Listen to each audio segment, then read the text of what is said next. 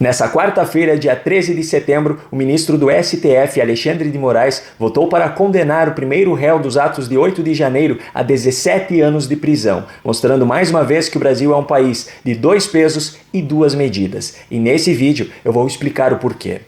Antes de qualquer coisa, um esclarecimento importante. Eu repudio qualquer tipo de depredação, vandalismo, violência em protestos, independente de quem tenha praticado e de qual tenha sido sua motivação. Eu não estou aqui para defender quem praticou esses atos, e sim para mostrar as incoerências nas diferentes formas de julgar eventos parecidos.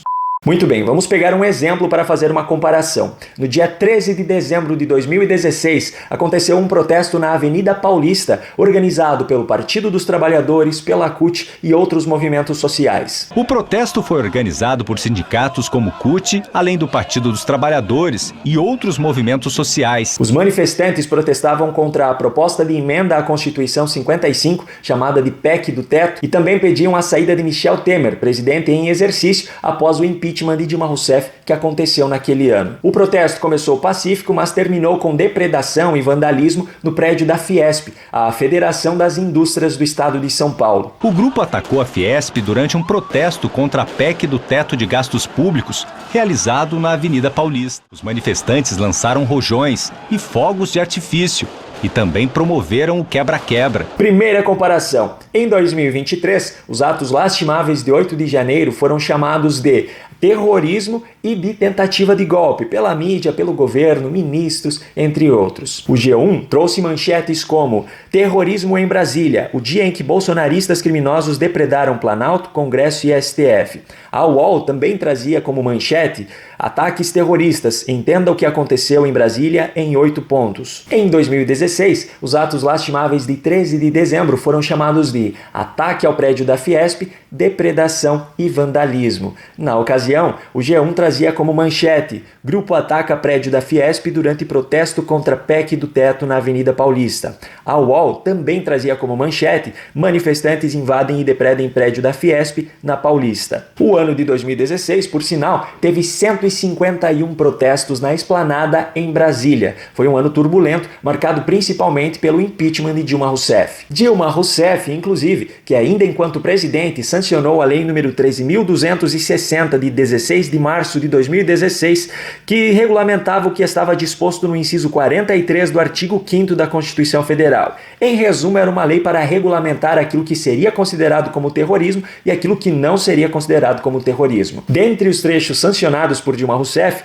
estavam definições de terrorismo como atos motivados por xenofobia, discriminação ou preconceito de raça, cor ou religião. Também ameaçar usar, transportar ou portar artigos como explosivos, gases tóxicos, entre outros, capazes de causar danos ou promover destruição em massa. No entanto, Dilma Rousseff vetou 2 incisos, sendo que um deles tratava como terrorismo incendiar, depredar, saquear, destruir ou explodir meios de transporte ou qualquer bem público ou privado. Coincidentemente, no mesmo período em que essa lei foi sancionada, estava ocorrendo o processo de impeachment de Dilma Rousseff e, consequentemente, movimentos de esquerda estavam organizando vários protestos, em Brasília principalmente. Alguns desses protestos acabaram, inclusive, em depredações, ônibus incendiados, vidraças quebradas e até o Ministério da Educação incendiado. Justamente o tipo de ato que foi vetado por Dilma Rousseff para que não fosse considerado como terrorismo. Pois bem, o tempo passou, chegou o dia 8 de janeiro de 2023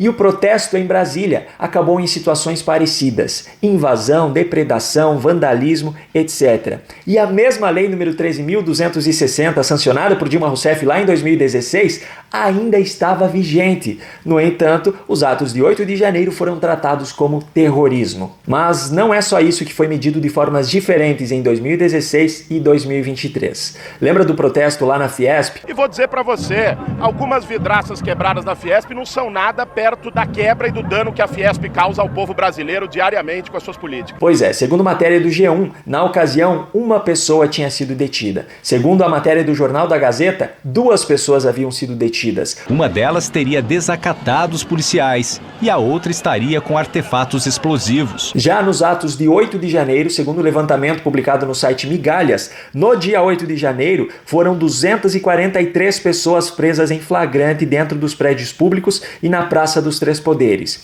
No dia 9 de janeiro, 1.927 pessoas foram conduzidas à Academia Nacional de Polícia, 1.152 permaneceram presas, 775 foram liberadas. Foram realizadas pelo tribunal 1.397 audiências de custódia entre os dias 11 e 17 de janeiro. Desses, 459 pessoas receberam liberdade provisória com cautelares e 938 flagrantes foram convertidas em prisões preventivas. Em 9 sessões virtuais, foram recebidas 1.113 denúncias dos crimes mais leves e 232 denúncias por crimes mais graves. Em julho, foram 232 interrogatórios, foram ouvidas 21 testemunhas, tendo sido realizadas 719 oitivas de testemunha de acusação e 386 oitivas de testemunhas de defesa. E nessa terça, dia 13 de setembro, Alexandre de Moraes votou para condenar a 17 anos de prisão o primeiro réu julgado dos atos de 8 de janeiro. Condenação pelos crimes de abolição do Estado Democrático de Direito e golpe de Estado, algo que nunca foi considerado com manifestantes que pediam a saída de Michel Temer ou de Jair Bolsonaro em protestos em anos anteriores. Condenação também pelos crimes de dano qualificado e depredação do patrimônio tombado, algo que não foi considerado com os manifestantes que depredaram o prédio da Fiesp, nem com aquelas pessoas que atearam fogo no Ministério da Educação, ambos em 2016, e ainda a condenação por crime de associação criminosa, algo que, bom, vou ficar em silêncio.